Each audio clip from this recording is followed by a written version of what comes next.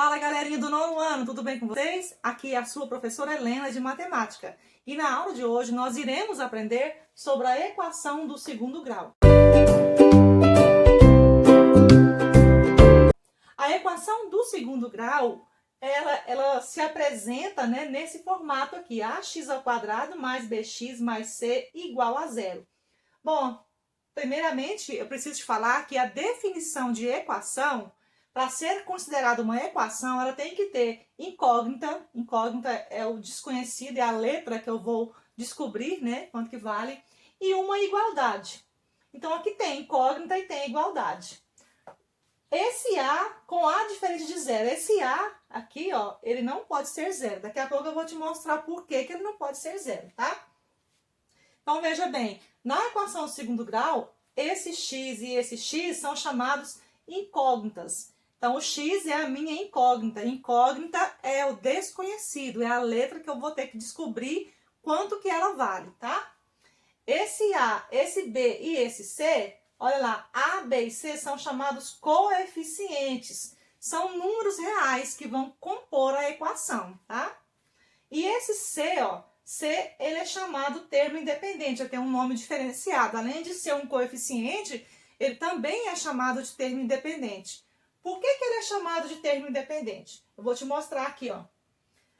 São exemplos, de equação do segundo grau. 3x² menos 2x mais 4.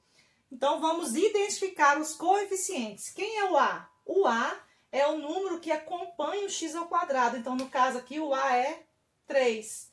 Quem é o B? Olha lá o B, ó. O B é o número que acompanha o x. Quem é, no caso? Menos 2. Você tem que considerar o sinal, que é o sinal do número, tá?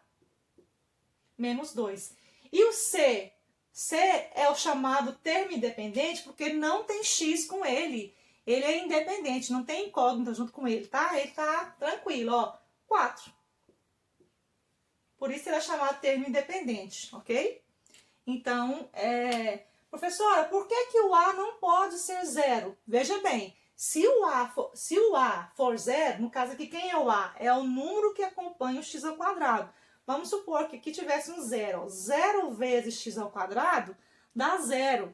Aí, se o A for zero, isso aqui vai desaparecer, ó. O x² vai desaparecer e vai ficar só menos 2x mais 4. Aí, daí ela vai deixar de ser uma equação do segundo grau e vai ser uma equação do primeiro grau. Porque o que define o grau da equação, pessoal, é o expoente do x. Então, o maior expoente do x é que define o grau da equação. O maior expoente do x é 2, então por isso ela é chamada equação do segundo grau, tá? E nós podemos ter equação do segundo grau completa, onde eu tenho todos os coeficientes, ó, todos os termos. Eu tenho lá o A, que é 9, eu tenho o B, que é 3, e tenho o C, que é também termo independente. Tem todos os coeficientes, então ela é chamada completa.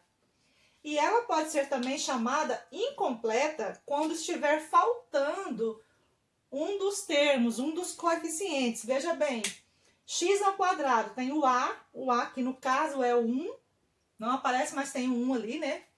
Eu tenho o número que acompanha o x, que é o D, e tá faltando o termo independente, então ela é chamada incompleta. Nesse outro caso, eu tenho o A, que é o menos 1, ó. Tem um 1zinho escondido ali, né? E tenho o termo independente. Tá faltando o B, que é esse termo que acompanha o x, ó. Não tem o B, então ela também é considerada incompleta.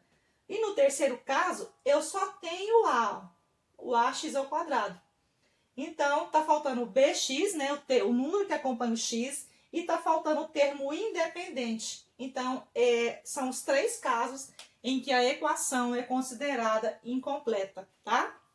Bom, pessoal, nessa aula de hoje é isso. Não perca a próxima aula sobre as raízes de uma equação do segundo grau. Te aguardo, viu?